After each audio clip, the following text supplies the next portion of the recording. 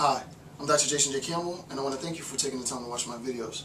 In this video, I'm continuing the analysis into national security affairs and the discussion of the strategic ideological approach to combating terrorism.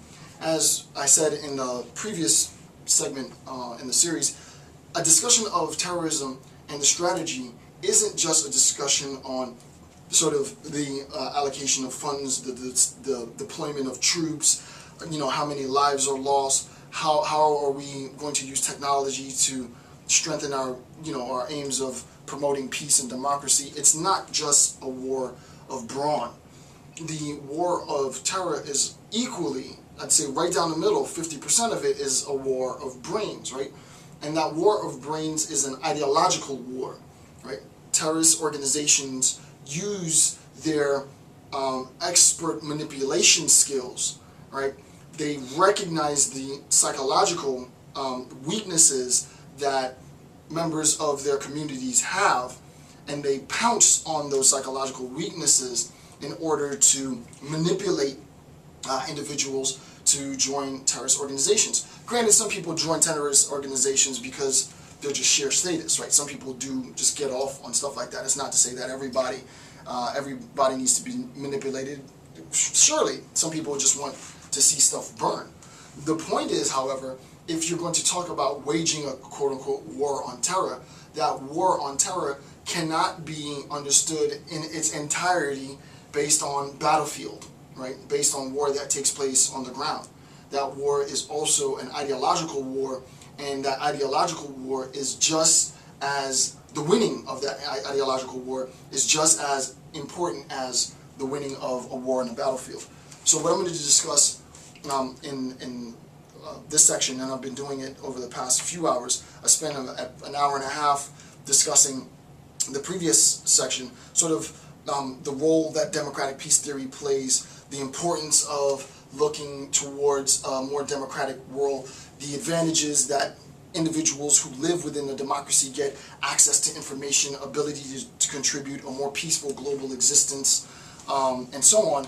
All of this is ideologically contrary to tyrannical imposition of power. And the image that I drew was a pyramid with the head of the pyramid being the despot, and all of the suffering and poverty and information repression of the population is used to maintain that power. Rather than sharing that power is localized at the head. This is the ideological war between those who support democracy and those who want to overthrow democracy. And where I concluded in the last segment was a discourse on the the inherent, and I didn't want to get into too much. Again, it's like giving a lecture. I can't wait to just go back to philosophy. I won't be doing any more public national security stuff, right? Because again, I don't know who's watching my videos. People from the intelligence community might be watching my videos. I highly doubt it. Terrorist cell agents might be watching my videos. I highly doubt it.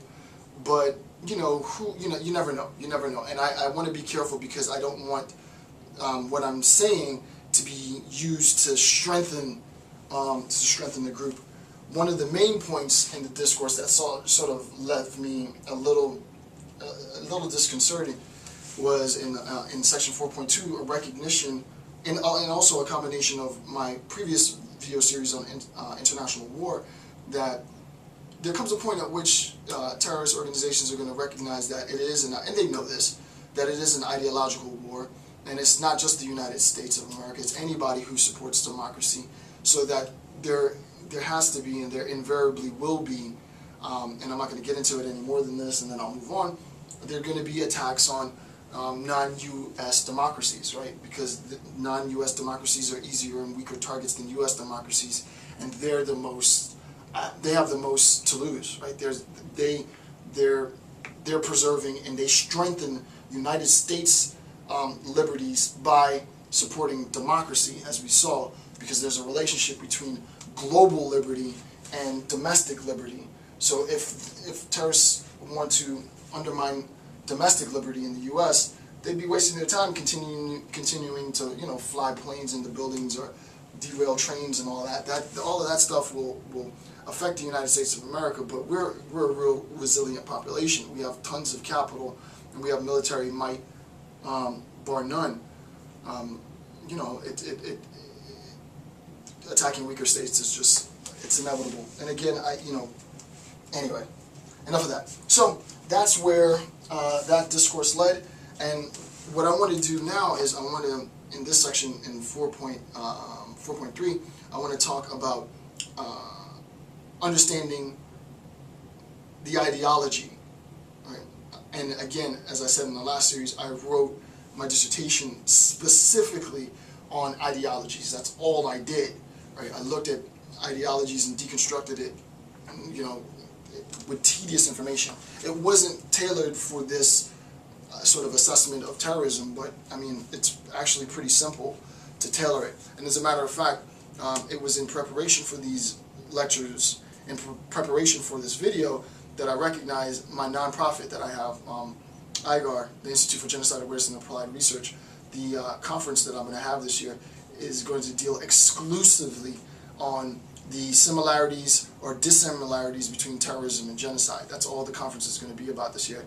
And in a little bit, after I finish this series, and I have another book I got to finish working on, but after I finish my obligations, I'm going to send that call for papers out to graduate students and hopefully get a good response as I did last year, and see what the young minds got to say. I want to know what those similarities are, so I'm gonna use what power I have to try and gain more information from the young minds to see what they think. But today, what I'm going to do is I'm going to discuss sort of the ideology inherent within, and I'm going to get pretty systematic with it, inherent in those who defend tyranny.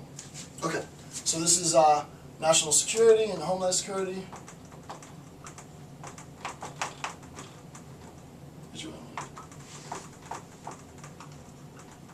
And this is section 4.3.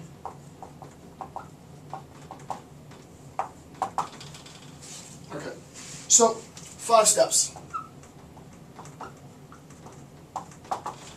5 steps in understanding the ideological war on terror, right? 5 steps in understanding the ideological war on terror. 5 steps in understanding the ideological war on terror. Again, a lot of the resources I was able to arrive at this assessment because of Martin Alpern's book, Foundations of Homeland Security, Law and Policy. It just came out April. I got it the second it came out because I'm teaching a class on national security, and preparing these video lectures is a great way for me to just keep myself sharp, right? Keep myself up to date with the latest information. And Martin Alpern's book it's absolutely excellent, right? It's what I recognized in insofar as I got access to his textbook, is that you have a new sort of educational paradigm shift. There's a lot of information that is out on the internet, but without proper expertise, you won't know how to access that great information that's out there, because there's so much crap. Not only is it hard to access that information that's out on the internet, it's not always presented in a conceptual, sort of consistent format. And what Martin Alpern did in his book, Foundations of Homeland Security, Law and Policy, which is why it's so valuable to me as an educator, and why I recommend it, and my students have to use it for the class. I don't recommend it, students have to use it for the class, and why I recommend it for anybody else, is because you can use the book as a reference tool to direct your study. So for really nerdy academics like me, it's less of him telling me what to do or his analysis as his direction. Look, if you're interested in international security, here's where you go. Here's what's said. Here are the laws that account. Put all of that information into its chapter, because all of that information is dispersed throughout the net. So it's a completely invaluable tool, And again, I'm indebted to that textbook for this lecture. So if you think this lecture is good, you need to